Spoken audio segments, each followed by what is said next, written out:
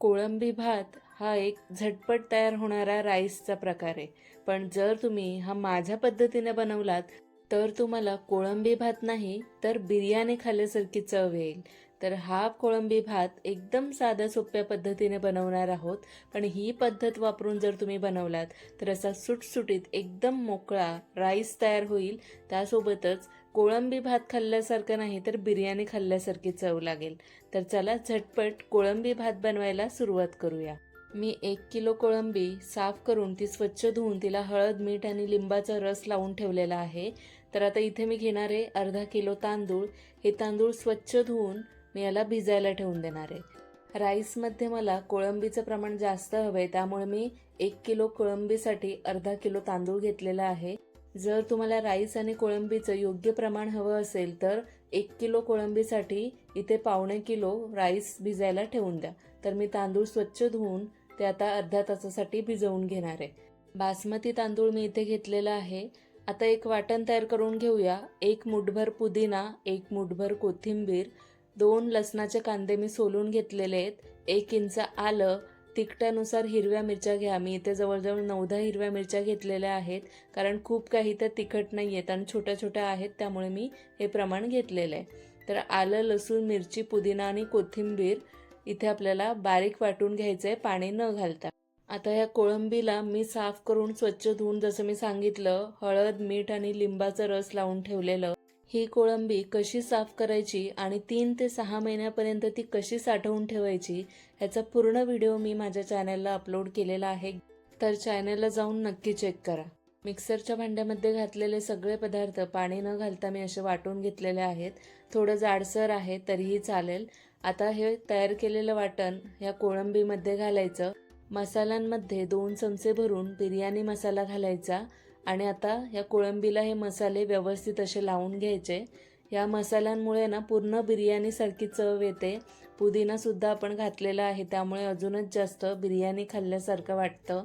आणि आता हे मसाले लावून आपल्याला अर्ध्या तासासाठी हे मॅरिनेट करून घ्यायचे, म्हणजे सगळे मसाले कोळंबीमध्ये चांगले मुरले जातील. झाकण देऊया, अर्धा तास किंवा 1 तास ठेवूया. तुमच्याकडे जेवढा वेळ असेल तेवढा वेळ तुम्ही इथे ठेवू शकता, पण फ्रीजमध्ये ठेवायचं. त्यानंतर इथे मी 4 मध्यम आकाराचे कांदे सोलून असे बारीक बारीक चिरून घेतलेत. बारीक म्हणजे उभे पातळ चिरून घेतलेले आहेत. त्यानंतर इथे मी 3 मोठ्या आकाराचे टोमॅटो बारीक चिरून घेतलेत. आता कढईमध्ये आपल्याला घालायचे तेल. तेल अंदाजाने घाला, जेवढं तुम्हाला तेल हवे त्यानुसार. तेल चांगलं गरम करून घ्यायचं आणि त्यानंतर 1 ते 1.5 मूठभर आपल्याला हा उभा चिरलेला कांदा घ्यायचा आहे, तेलात घालायचा आणि सोनेरी रंगाचा होईपर्यंत परतून घ्यायचा आहे. म्हणजे बरिस्ता बनवायचा, जसं आपण बिर्याणीसाठी करतो तसा. एकदम बारीक गॅसवर हा कांदा आपल्याला तळून घ्यायचा. तर तुम्ही रंग पाहू शकता, अशा रंगावर हा सोनेरी करून घ्यायचा, जास्त काळपट करायचं नाही. हा तळलेला कांदा जो आहे तो तयार आहे. आता उरलेल्या तेलामध्ये काही अख्खे मसाले घालायचे आहेत. 3-4 तेजपत्ता, 15-16 काळी मिरी, 2 मोठ्या वेलच्या, 7-8 लवंग, 2 चक्री फूल, 2 दालचिनीचे तुकडे, 2 हिरव्या वेलच्या आणि 1 चमचा जिरे.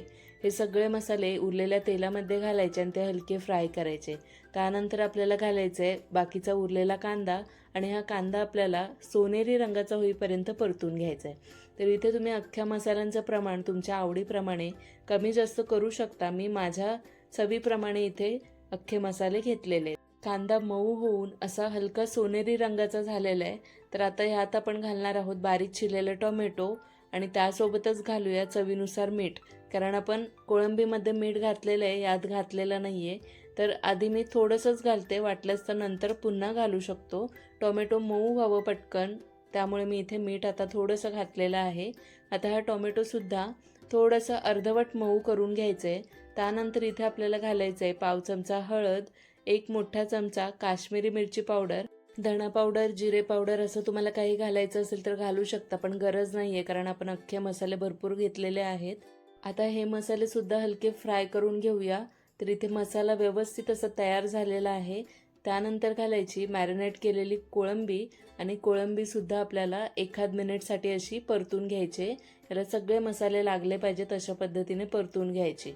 आता इथे मी चांगलं परतून घेतलेलं आहे. 1 मिनिटसाठी झाकण द्यायचं आणि फक्त 3 मिनिटसाठीच वाफेवर शिजवून घ्यायचं आहे. तर तुम्हाला माहिती असेल कोळंबी जर जास्त शिजवली गेली तर ती रबरसारखी होते, खाताना खूप हार्ड लागते. त्यामुळे कधीही ती 6 ते 7 मिनिटपेक्षा जास्त शिजवायची नाही आणि मी घेतलेली कोळंबी थोडी मोठी आहे, ती 10 मिनिटपेक्षा जास्त शिजवायची नाही. कारण जास्त शिजवली गेली तर ती रबरसारखी होते, ज्युसी लागत नाही. तर मी इथे 3 मिनिट फक्त शिजवून घेतले आणि त्यानंतर भिजवलेला राईस होता त्यातलं सगळं पाणी गाळून घेतलं आणि हा राईस आपण इथे घातलाय. मसाल्यांमध्ये हा राईस व्यवस्थित असा मिक्स करून घ्यायचा आणि त्यानंतर पुन्हा मी काही पुदिन्याची पानं अशी तोडून घालते. आता यात घालूया गरम पाणी. इथे थंड पाण्याचा वापर जराही करायचा नाहीये, गरम पाणीच घालायचं, तरच हा राईस सुटसुटीत तयार होईल. तर पाणी किती घालायचं, मी थोडं पाणी घातलं आणि व्यवस्थित असं मिक्स करून घेते म्हणजे पाण्याचा अंदाज येईल. तर या राईसच्या वरपर्यंत 1 ते 1.5 इंच पाणी येईल एवढं पाणी घालायचं. त्यानंतर मी इथे मीठ कमी वाटतंय चवीनुसार तर मीठ घातलं आणि हलक्या हाताने आता पुन्हा हे मिक्स करून घ्यायचं. हे तांदूळ पटापट मिक्स केल्यामुळे ते तुटू शकतात, त्यामुळे हलक्या हाताने हे मिक्स करून घ्यायचे. आता जो आपण तळलेला कांदा होता त्यातला अर्धा कांदा घ्यायचा आणि वरून असा घालायचा, बाकीचा नंतरसाठी ठेवून देऊया. आता बारीक गॅसवरच आपल्याला यातलं अर्धं पाणी आटू द्यायचं आहे. तांदळांचं वरचं पाणी कमी झालेलं आहे आणि पाहू शकता अशा पद्धतीनं तांदूळ वर दिसायला लागलेले आहेत, म्हणजे यातलं अर्धं पाणी आटलेलं आहे. आता एकदा पुन्हा हलक्या हाताने मिक्स करायचं आणि झाकण देऊन 20 ते 25 मिनिटसाठी हे बारीक गॅसवर अशाच पद्धतीने ठेवून द्यायचं. आपोआपच त्यातलं पाणी आटेल आणि एकदम सुटसुटीत राईस तयार होईल. जर तुम्हाला राईस खाली लागायची भीती वाटत असेल तर एखादा तवासुद्धा तुम्ही या कढईच्या खाली ठेवू शकता, म्हणजे जराही राईस खाली लागणार नाही. तर इथे 20 ते 22 मिनिट झालेले आहेत आणि माझं राईस इथे व्यवस्थित असं तयार झालेलं आहे. मी गॅस बंद केलेला आहे. तांदळाचा जर तुम्ही एक एक कण पाहिलात तर एकदम सुटसुटीत झालेला आहे आणि एकदम उभा उभा झालेला आहे, म्हणजे हा राईस व्यवस्थित शिजलेला आहे. गरम गरम असताना राईस अजिबात मिक्स करायचं नाही, नाहीतर त्याचे तुकडे होतील. आता आपल्याला वरून घालायचं शेवटला कोथिंबीर, पुदिना, तळलेला जो उरलेला कांदा होता तो आणि थोडंसं तूप सगळ्या बाजूने मी थोडं थोडं घातलेलं आहे आणि झाकण देऊन आपल्याला 5 मिनिटसाठी असंच ठेवून द्यायचं आहे. म्हणजे 5 ते 10 मिनिटसाठी असंच ठेवून द्या. गॅस बंद मी कधीचीच केलेली आहे. 10 मिनिट नंतर मी मिक्स करून दाखवते. पाहू शकता किती सुटसुटीत असा हा कोळंबी भात झालेला आहे आणि बिर्याणीलाही मागे टाकेल एवढा चविष्ट हा तयार होतो. राईस शिजल्यानंतर गॅस बंद केली की 10 मिनिट असंच ठेवून द्यायचं, म्हणजे काय होतं त्यातल्या वाफा जे आहेत, म्हणजे हा राईस थोडासा हलका थंड होतो आणि त्यामुळे मिक्स करतानाही तो तुटत नाही आणि त्यासोबतच कोथिंबीर, पुदिना जे वरून घातलेलं असतं त्याचा फ्लेवरसुद्धा या राईसमध्ये चांगला येतो.